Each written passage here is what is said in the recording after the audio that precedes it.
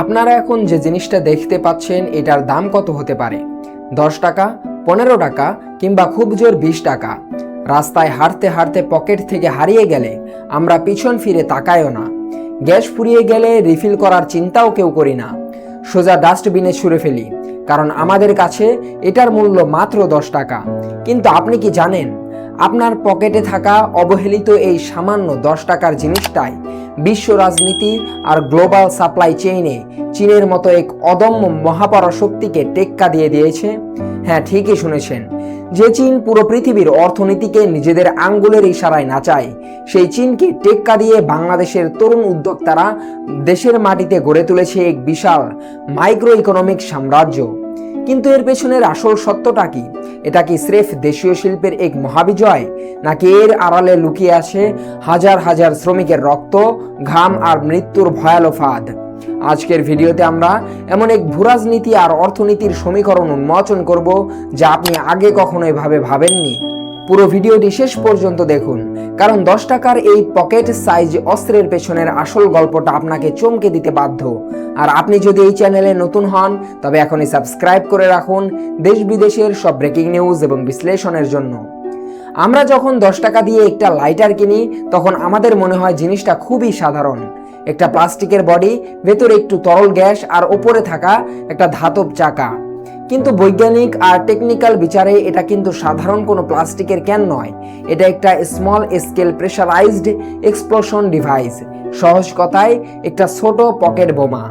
আপনি কি কখনো খেয়াল করেছেন আন্তর্জাতিক ফ্লাইটে ভ্রমণের সময় বিমানের কাস্টমস সিকিউরিটি কেন এই 10 টাকা লাইটারটিকে বিপজ্জনক ও নিষিদ্ধ পণ্যের তালিকায় রাখে?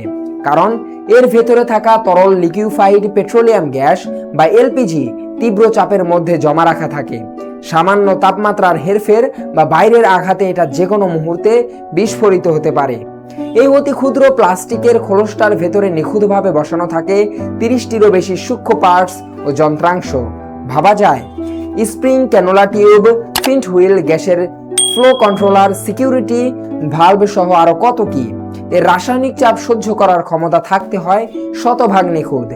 একই সাথে একে বিএসটিআই বা আন্তর্জাতিক লেভেলের সেফটি টেস্টে পাশ করতে হয়। অর্থাৎ জিনিসটা ব্যবহার করা যতটাই পানির মতো সহজ, এটা তৈরি করার পেছনে ফিজিক্স, কেমিস্ট্রি, মেকানিক্যাল ইঞ্জিনিয়ারিং আর সেফটি মেজারমেন্ট ততটাই জটিল ও কঠিন। অথচ ইউরোপের মতো উন্নত দেশে এই লাইটারের ভেতরে ব্যবহৃত স্রেফ একটা ক্ষুদে স্প্রিং বানাতেই 10 টাকার বেশি খরচ হয়ে যায়। সেখানে পুরো লাইটারটা বাংলাদেশে 10 টাকায় কিভাবে পাওয়া যাচ্ছে? এর পেছনের মূল রহস্য লুকিয়ে আছে আমাদের স্থানীয় ম্যানুফ্যাকচারিং আর সাপ্লাই চেঞ্জে। একটু পেছনের ইতিহাসে ফিরে তাকালে দেখা যাবে 2017 থেকে 18 সালের দিকেও বাংলাদেশের লাইটার বাজারের প্রায় 99% ছিল চাইনিজ পণ্যের দখলে। প্রতি বছর প্রায় 15 থেকে 20 মিলিয়ন ডলার অর্থাৎ বাংলা টাকায় প্রায় 200 কোটি টাকার লাইটার আমাদের চীন থেকে আমদানি করতে হতো। চীনের এই ইকোনমিক্স অব স্কেল এর রাজত্বকে টেক্কা দেওয়া অসম্ভব ভেবেছিলেন বিশ্ব বাণিজ্য বিশ্লেষকরা, কিন্তু সেই অসম্ভবকেই সম্ভব করে দেখিয়েছে ঢাকার কেরানীগঞ্জ, কামরাঙ্গীরচর, জিঞ্জিরা ও আশুলিয়ার তরুণ উদ্যোক্তারা।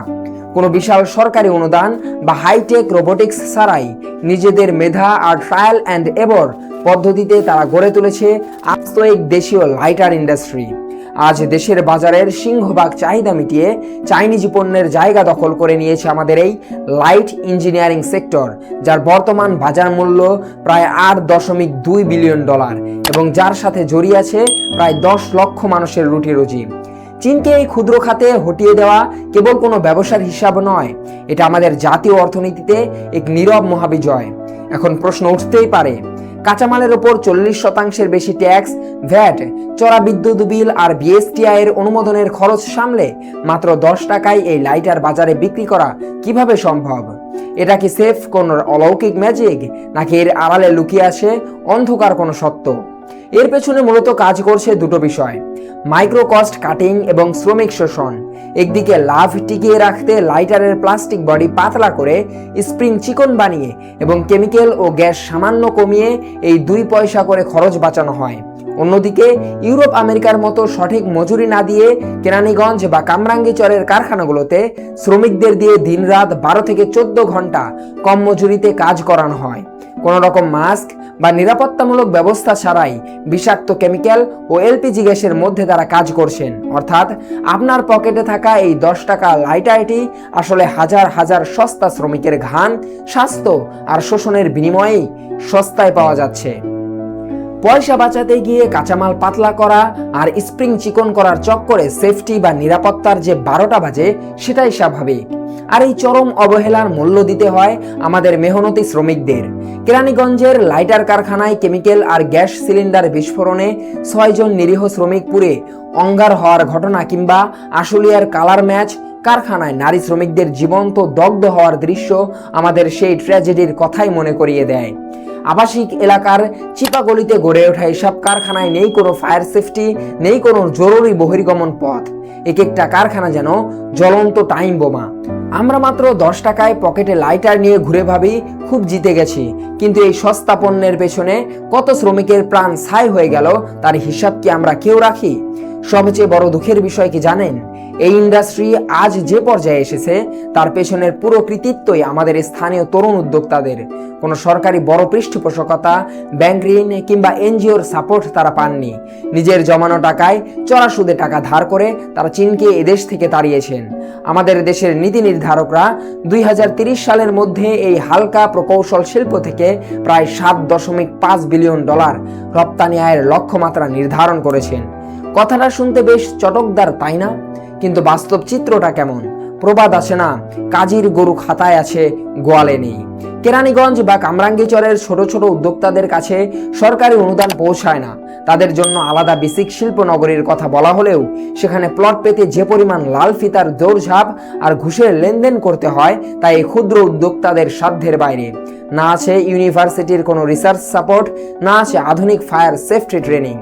অথবা চিন্তা করুন, এই স্থানীয় উদ্যোক্তারা যদি আজ লাইটার উৎপাদন না করতেন তবে প্রতি বছর হাজার হাজার কোটি টাকার বৈদেশিক মুদ্রা চীন বা অন্যান্য দেশে চলে যেত। লাইট ইঞ্জিনিয়ারিং সেক্টর সার্বিকভাবে বাংলাদেশের প্রায় 1 লক্ষ কোটি টাকার ইম্পোর্ট বিল বাঁচিয়ে দিচ্ছে। কিন্তু রাষ্ট্র কি এই উদ্যোক্তা ও শ্রমিকদের উপযুক্ত সম্মান ও নিরাপত্তা দিতে পারছে? এই 10 টাকা লাইটার স্রেফ প্লাস্টিক আর গ্যাসের তৈরি কোনো ফালতু জিনিস নয়। এটি একদিকে আন্তর্জাতিক অর্থনৈতিক চক্রান্ত ও চীনের একচ্ছত্র বাজার সামলানোর মতো দেশীয় উদ্যোক্তাদের এক মহাবিজয়ের প্রতীক, তো অন্যদিকে এটি নিরাপত্তাহীনতা আর শ্রম শোষণের এক নীরব কান্না। আজকের পর থেকে যখনই আপনি 10 টাকা দিয়ে এই একটা গ্যাস লাইটার হাতে নেবেন কিংবা সিগারেট ধরানোর পর ওটা অবহেলায় ফেলে দেবেন, তখন একবার হলেও ওই ধোয়ার আড়ালে থাকা কেরানীগঞ্জের ঘর্মাক্ত শ্রমিক আর দেশীয় তরুণ উদ্যোক্তাদের কথা ভাববেন, যারা হাজারো প্রতিকূলতা আর অগ্নিকাণ্ডের ভয় মাথায় নিয়ে বিশ্ববাজারে মেড ইন বাংলাদেশের পতাকাটা উঁচিয়ে ধরে রেখেছেন। বাংলাদেশ কি পারবে এই ক্ষুদ্র শিল্পগুলোকে উপযুক্ত নিরাপত্তা আর আধুনিক প্রযুক্তি দিয়ে সত্যি সত্যি গ্লোবাল এক্সপোর্ট হাব হিসেবে গড়ে তুলতে, নাকি সস্তা শ্রমের বলি হয়ে একের পর এক কারখানায় শ্রমিকের তাজা প্রাণ ঝরতেই থাকবে? আপনার মতামত কি? কমেন্ট বক্সে অবশ্যই জানাবেন। আজকের এই গুরুত্বপূর্ণ নিউজ অ্যানালাইসিসটি ভালো লাগলে ভিডিওতে একটি লাইক দিন এবং আপনার বন্ধুদের সাথে শেয়ার করুন। নতুন হয়ে থাকলে চ্যানেলটি সাবস্ক্রাইব করে বেল আইকনটি বাজিয়ে রাখুন। দেখা হচ্ছে পরবর্তী কোনো চাঞ্চল্যকর বিশ্লেষণ নিয়ে। আজকের মতো এখানেই বিদায় নিচ্ছি। ধন্যবাদ।